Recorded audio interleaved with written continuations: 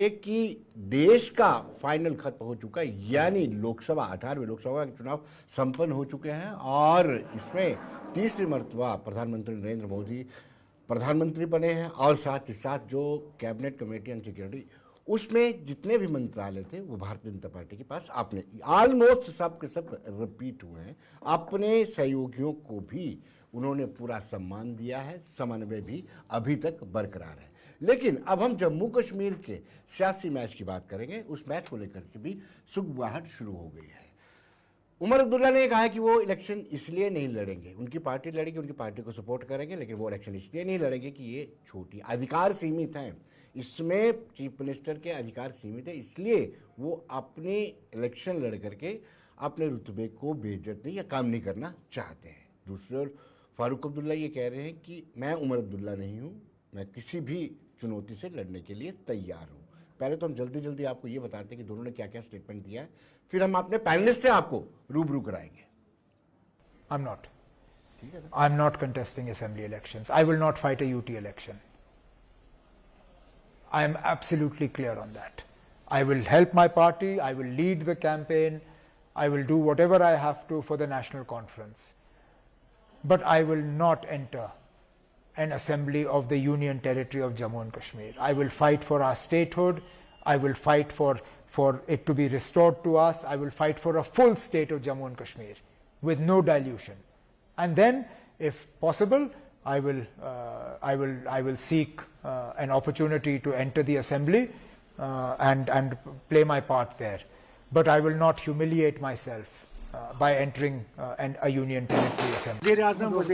Sir एक minute बात करें आप सही बात जो है उस पे चलो जी आप आगे मैं उमर अब्दुल्ला नहीं क्या फारूक साहब असेंबली यूटी में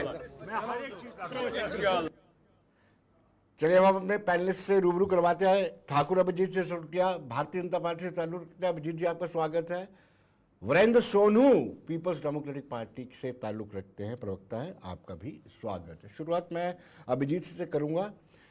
रंजना देसाई जो डिलिमिटेशन कमीशन की चेयरपर्सन थी, उनकी रिपोर्ट के मुताबिक अब सीटें हमारे 90 हो गई और आप 50 पार का दावा करते हैं।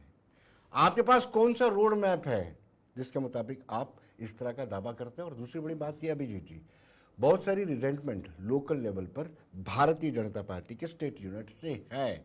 अगर मैं गिनाऊंगा तो समय लग जाएगा। शुरुआत आप ही से करते हैं। देखिए विनोद जी, पहले तो आपका धन्यवाद।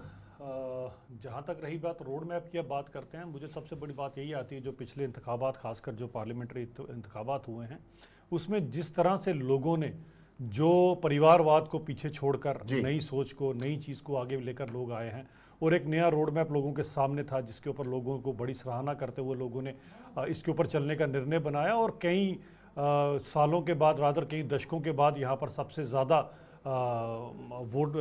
वोटों के साथ इंतखाबात हुए। और यही जमहूरियत का असली मायने तो यही होता है विनोद जी, कि जिसके अंदर अगर आप देखें कि सभी को मौका मिले अपनी बात करने का। वो 5% और 3% का दौर, वो 5000 वोटों से एमएलए बनना, मंत्री बनना और 15000 वोटों से मुख्यमंत्री बनना, वो समय अब चला गया। मुझे लगता है जब जमहूरियत की जीत होती है तो सभी को मौका बराबर का मिलता है। और भारतीय जनता पार्टी तो वैसे भी सबका साथ, सबका विकास और सबका विश्वास में यकीन रखती है। और जिस तरह से अगर आप देखें पिछले भी जो हुए हैं चुनाव, उसमें एक अच्छा हमारा प्रदर्शन रहा है। जबकि सारे का सारा जो घटक दल था इंडिया गठबंधन का, वो सब एक तरफ थे और हम लोग एक तरफ थे। फिर भी हमने जिस हिसाब से जम्मू की 2 सीटों पर विजय पाई है, ये अपने आप में एक बहुत बड़ा सराहनीय काम है। भारतीय जनता पार्टी का कार्यकर्ता जो वो हमेशा लोगों के बीच में रहता है, यही कारण है। और मुझे लगता है जिस हिसाब से जो बम, गोली, बंदूक का जो खौफ कश्मीर से अब ख़त्म हो गया हुआ है, जो खासकर सैलानी आ रहे हो, जिस तरह से आज आप देखें तो इकोनॉमिकल पोजीशन जो लोगों की वो बेहतर हो रही है पहले से। इस सबको देखते हुए भारतीय जनता पार्टी के पास पूरा एक चांस है सरकार बनाने का और मुख्यमंत्री बनाने का, और हम लोग तो मेहनत कर ही रहे हैं। कहीं ऐसा तो नहीं दिल को बहलाने के लिए गाली ख्याल अच्छा है? आप अगर जम्मू प्रोविंस की बात करें, आपका वर्चस्व जम्मू प्रोविंस में, आप दावा करते हैं कि कश्मीर में भी हमने बहुत मेहनत की है, आने वाले दिनों में कश्मीर में भी हमें उपलब्धियां हासिल होंगी। 43 सीटों पे चुनाव हुआ। मैं विधानसभा की सीटों की बात करूं जो यहाँ पर जम्मू प्रोविंस में हैं, 43 में मात्र आप 29 ही सीट जीत पाए। 7 नेशनल कॉन्फ्रेंस और 7 ही कांग्रेस ने जीती हैं। तो 50 पार कैसे होगा? विनोद जी, एक तो जम्मू प्रोविंस की सारी सीटें, उसके अंदर बड़ी बात आती है, जिसके अंदर एक जगह जहां पर हमारा, क्योंकि रजौरी पुंछ की साइड भी हमारा कैंडिडेट नहीं था, वहां पर भी एक बहुत बड़ा स्कोप है, खासकर जब से पहाड़ियों की जो दिक्कत थी उसको सॉर्ट आउट किया गया। और इसके अलावा अगर आप देखें तो कश्मीर भी कुछ भारतीय जनता पार्टी से दूर नहीं है। डीडीसी में जो 3 सीटें हमने निकाल कर लाए तो सबसे बड़ी भारतीय जनता पार्टी ने डीडीसी की 3 सीटें जीती थी। और आज कश्मीर में भी काफ़ी बड़ा कैडर है जो भारतीय जनता पार्टी के साथ इतनी खौफ के बाद भी, जो हमारे कई ऐसे दिग्गज नेता थे जिन्होंने अपने प्राणों की आहुति दी है भारत माता के लिए, भारतीय जनता पार्टी के लिए, आज भी लोग हमारे साथ खड़े हुए हैं। और भारतीय जनता पार्टी का कार्यकर्ता है वो अपने दृढ़ निश्चय के साथ देश सेवा के लिए निकला हुआ। और मुझे लगता है कि जब देश सेवा की बात आती है और खासकर जब जमहूरियत की बात आती है तो लोग अब समझना शुरू हो गए हैं, क्योंकि बरगलाने में तो जितनी डायनेस्टिकल पॉलिटिकल पार्टीज थी इन्होंने कोई कमी नहीं छोड़ी, इन्होंने फिर भी कोशिश की थी। लेकिन इस बार आप देख लीजिए नई सोच के साथ लोग आए हुए हैं। और बड़ी बात यह है कि उमर साहब हार गए, महबूबा मुफ्ती साहबा हार गई। आप खुद सोच सकते हैं कि लोग अब कुछ नया सोचना शुरू हो गए हैं। लोग अब इन सब चीज़ों से, डायनेस्टिकल पॉलिटिक्स से, बम गोली बारूद से और खासकर भ्रष्टाचार से, इन सब से ऊब कर नए कश्मीर के साथ लोग आगे बढ़ना चाहते हैं और बताना चाहते हैं कि हिंदुस्तान का नया कश्मीर। सोनू जी से जान लेते हैं। सोनू जी, आपने 3 कैंडिडेट खड़े किए, तीनों परास्त हो गए, और बड़ी बात यह है कि महबूबा मुफ्ती खुद अपने चुनाव हार गई। क्या राजनीतिक तौर पर सर्वाइवल और रिवाइवल की गुंजाइश अभी बची है? देखिए विनोद जी, हाँ, सबसे पहले तो ये मैं बात एक कहूँ कि जनता जनार्दन है लोकतंत्र में, जो जनता फैसला करेगी उसको सबने मानना है उसको, और वो सबसे ऊपर मेरे हिसाब से। जी, हम कश्मीर की 3 सीटों पर चुनाव लड़े और 3 सीटों हार गए, लेकिन मैं समझता हूँ कि जनता का फैसला हमने माना। और हो सकता है जनता को हमसे उम्मीदें ज़्यादा हो तो उनकी उम्मीदों पर खरे नहीं उतरे, नंबर 1। नंबर 2 बात, एक बहुत बड़ी बात है, जिस तरीके से ये मेरे भाई अभिजीत जी यहाँ कह रहे थे कि लोगों ने वोट डाले भी वाकया में। अब मैं बारामूला सीट की अगर बात करूं तो जब लोग वहां वोट डाल रहे थे, वहां एक नारा चला, तिहाड़ का बदला वोट से, जेल का बदला वोट से। तो जेल का बदला वोट का जब नारा चला तो बीजेपी के जो बैक कैंडिडेट थे वैली की 3 सीटों पर, उन तीनों की जमानतें जब्त जो हैं वो हो चुकी हैं। इसमें समझना चाहिए इस चीज को। आप देखिए कि 54 सीटों पर Bharatiya Janata party sponsor candidate जो हैं 3 लोकसभा क्षेत्रों पर तो वो लड़े, तो उन तीनों की तीनों जगह पर उनकी जमानतें जब्त होगी। और जिस तरीके से भारतीय जनता पार्टी ने अपने सहयोगियों के लिए रजौरी पुंछ में काम किया, कश्मीर में काम किया, जिस तरीके से रैली हुई, जिस तरीके से होम मिनिस्टर साहब आए, वहाँ पे उन्होंने अपने तरीके से बात की, चलिए ठीक है, सियासत में सब कुछ जायज है, तो लेकिन बात नहीं बन पाई। लोगों ने आपको आईना दिखा दिया कि भारतीय जनता पार्टी की पॉलिसी को जम्मू कश्मीर के लोग पसंद नहीं करते। चलो जम्मू की बात मैं नहीं करता, मैं कश्मीर की बात करता हूँ। अब मैं आ जाता हूँ कि आपने कहा जी आप हार चुके हैं। देखिए, हारेगा जीतेगा वो विनोद जी, वो जो लड़ेगा। हम तो पीडीपी के 5 अगस्त 2019 से लेके आज तक अगर सबसे ज्यादा किसी पार्टी को बुलडोज किया गया विनोद जी तो पीडीपी को किया गया। पीडीपी से MLA, farmer minister, farmer MLC उनको निकाला गया, बुलडोज किया गया, या आप यूनाइट नहीं थे? ये शब्दों का हेरफेर होता है, इसमें ज्यादा बड़ी बात नहीं है। मैं कहता हूं कि हमारी पार्टी को सबसे ज्यादा निशाना बनाया गया। सब लीडर हमारी पार्टी से निकले, कोई अपनी पार्टी बनी, कोई तुम्हारी बनी, कोई खैर ख्वाह बनी, कोई दूसरे बने, तीसरे बने। जब लोगों के बीच हम गए, देखिए जो हम चुनाव लड़ रहे थे विनोद जी, एक तरफ से national conference, Congress, CPI, CPM और सब लोग इकट्ठे लड़ रहे थे, दूसरी तरफ से भारतीय जनता पार्टी और इनकी उप प्रॉक्सी कैंडिडेट और गवर्नमेंट मिशनरी और तरह तरह की बातें।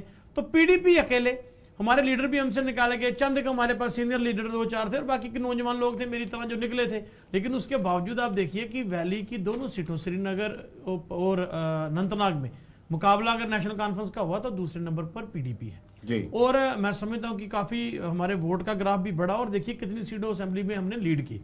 अब मैं ये कहना चाहता हूं कि जिस तरह से ये कहते हैं ना कि सब कुछ अच्छा है, बीजेपी को लोग एक्सेप्ट कर रहे हैं, भाई अगर एक्सेप्ट कर रहे हैं आपसे कैंडिडेट नहीं लाएंगे 3 सीटों पर, ये तो सच है ना, मानना पड़ेगा आपको। जो सच है कि आप 3 कैंडिडेट नहीं दे पाए और लोगों ने आपको रिजेक्ट किया। हम ये कहते हैं कि जनता जनार्दन सबसे आगे है, जनता सबसे पहले है, जो लोगों को फैसला अच्छा लगेगा। जो लोगों एक मिनट इनसे पूछ लेते हैं अभिजीत जी से। अभिजीत जी, आपके अध्यक्ष महोदय ये भी कह रहे थे कि बकरी जिस साइड जाएगी वो जमीन ही गुजरों की हो जाएगी। बड़ा चिंता का बड़ा बयान था और कुछ लोगों ने अपने घरों के बाहर बकरी को आने ही नहीं दिया।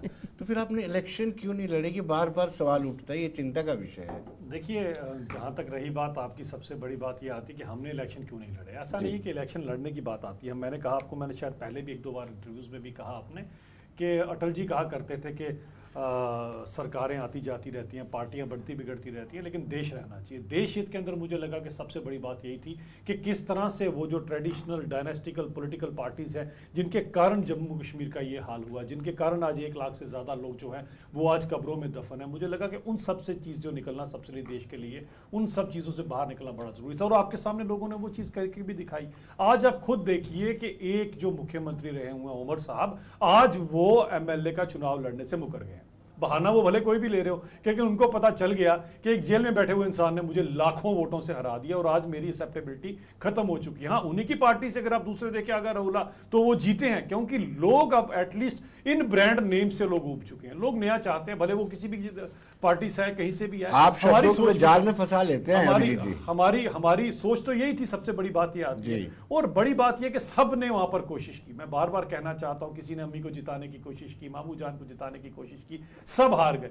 अब दिक्कत यह है कि अब जो नए लोग आगे आ रहे हैं वो इनके लिए प्रॉब्लम क्रिएट करके बैठे हुए हैं, क्योंकि वो टाइम चला गया कि आपका ब्रांड चला करता था। अब जो ब्रांड है वो नया ब्रांड है, और नया ब्रांड वही है जिसके साथ लोग खड़े हुए हैं। और यही सोच के साथ जम्मू कश्मीर के अंदर 370 से हमें निजात दिलाई गई थी। यही तो सोच थी कि जम्मू कश्मीर को लेकर जो प्रोपोगंडा खेला जाता है, उधर पाकिस्तान खेलता है, इधर कुछ ऐसे घटक दल खींचते हैं, जिसके कारण जम्मू कश्मीर को लेकर पूरी दुनिया के अंदर हमारे ऊपर क्वेश्चन उठ रहा था। आज वो चीजें खत्म हो गई। 5 अगस्त 2019 के बाद पूरी दुनिया ने देख लिया कि कश्मीर में अमन है, सुकून है, शांति है, कश्मीर तरक्की कर रहा है। यहां तक कि आप देखिए POJK के लोग आज इतने उत्सुक हैं कि कब हम अपने हिंदुस्तान के साथ मिले और हम भी ऐसे तरक्की करें जैसे यहां का कश्मीर। चलिए अभिजीत जी, मैं सोनू जी से जानना चाहता हूँ किस तरीके से अभिजीत जी यहाँ BJP बैकफुट पर आई है, और जो तर्क अभिजीत जी ने दिए हैं, क्या आप उनसे सेटिस्फाई हैं?